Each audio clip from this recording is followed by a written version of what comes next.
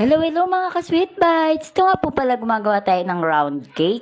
Ang size po neto ay 6 by 4. And yung nilalagay po natin dyan, chocolate ganache. At ang flavor po neto, pangmalakasan na Choco Moist. Yan po yung best seller natin mga may.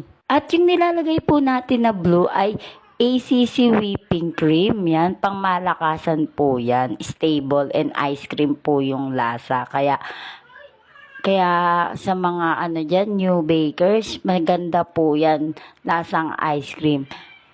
Talagang recommended ko po yan. And nilalagyan na rin po natin siya ng straw dowel para po hindi po siya mag-slide pag pinick up na ni ma'am, and baka dalin pa nila sa malayo. Kaya kailangan secured natin yung cake natin.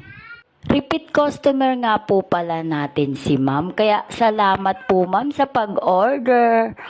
And nga po pala siya, birthday and christening na rin po siya. Pinag-isa na lang po ni ma'am. Kaya thank you ma'am. Ako po ulit yung napili nyo. Sa mga nagtatanong nga po pala, located po kami sa Katmon, Malabon. PM lang po kayo. And ayan nga po pala, nilalagyan na rin natin siya ng final na frosting. Yan, kulay blue lang po siya kasi Baby Boss po yung team ni Baby. Yan. Ang ganda-ganda nga niyan eh. Kaya sa mga gustong magpa-customize dyan, PM lang po kayo sa SB Sweet Bites. Mabilis po kami sumagot. Sa mga nag-like and share po ng aking mga mini vlog, maraming salamat po. Sobrang appreciated ko po kayo. Thank you po. Ayun na nga, ang dami ko ng chika sa inyo. Back to cake na nga tayo. Yan, pinapakinis ko na nga po siya.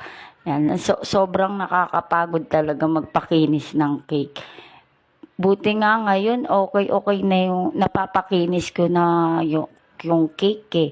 Hindi kagaya talaga dati na nag-uumpisa pa lang ako.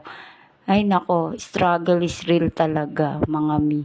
Kaya nga buti ngayon nagagamay ko na yung pagpapakinis. Kahit papano, okay naman na yung kinis ng cake ko. Hindi kagaya talaga dati na akala mo kinahid ng manok. Pero ngayon okay na siya. Talagang kailangan practice lang ng practice eh para magamay mo yung mga bawat detalye ng cake. Kaya sa akin, okay na yan eh. Yan. Lalagyan na rin natin siya ng borders yan. 1M nga po pala yung gamit kong piping tip dyan. And ayan, lalagay na rin natin yung mga printable toppers. And yung picture ni Baby yung nilagay natin instead na si Baby Boss.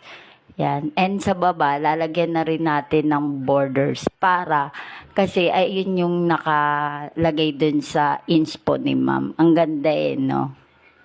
And lalagyan na rin siya natin ng draggies na malalaki. Ayan. Para, kasi nakalagay rin yan sa inspo ni ma'am. Ang siya lang nga tingnan eh. Meron din po nga po pala siyang kasamang 1 dozen cupcakes. May part 2 pa po ito.